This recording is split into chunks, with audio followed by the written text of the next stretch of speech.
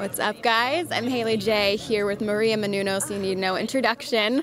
All right, so I want to say I love your hair. Thanks. And on the topic of hair, we know what it's like to go through the process of getting ready for events, but can we talk about these dogs and what they have to do in the grooming process, how detailed everything is? I haven't watched the process from start to finish, but I know it's just as taxing and difficult if as not it is. more so. Yeah, absolutely. And we understand that pain as women. The dogs are probably like, why are you pulling my hair? I was going to say, what's the one little detail that you think is just the most ridiculous, where it's like, really? Do those little things matter so much?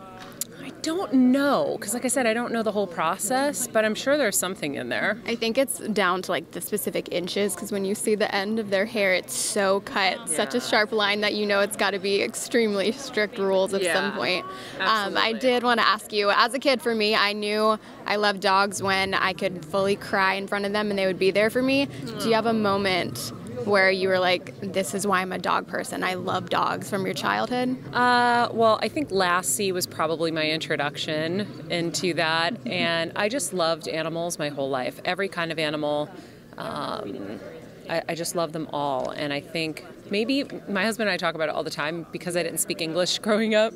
I felt like connection to animals first because I couldn't communicate with other people, and other than my parents and relatives when we'd see them. So I feel like animals have a special place in my heart, but dogs, I used to beg my friends and neighbors if I could, borrow their dogs and walk them. I just love them so much because they give so much love and they're such joyful companions. So, and they truly are they're the best listeners. You know that you can trust them. And didn't you always say that you had this instinct where if a dog was lost, you're like, I can find it, you just knew? For sure. And I always have. Yep. I have a crazy, crazy instinct. First, for finding them, they come to me, but then also finding their homes. I've been really, really good at it.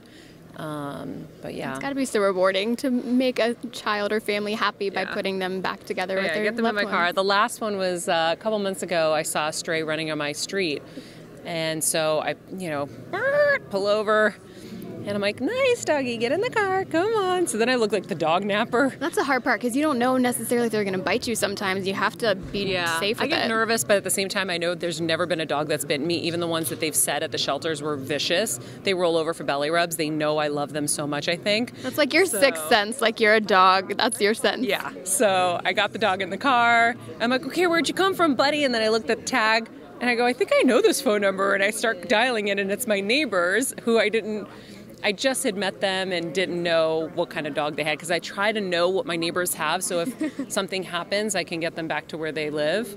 So yeah, that was funny. The husband came out and he was like, he had just had like this horrible back thing, and he's like, you just saved my wife and I's marriage. He's like, this is going to be terrible. I left the gate open. I go, it's okay. All is well. Here's your baby. Let's go. Just Maria saving the day as she does best. Thank you so much for your time. Thank you. Nice to see you.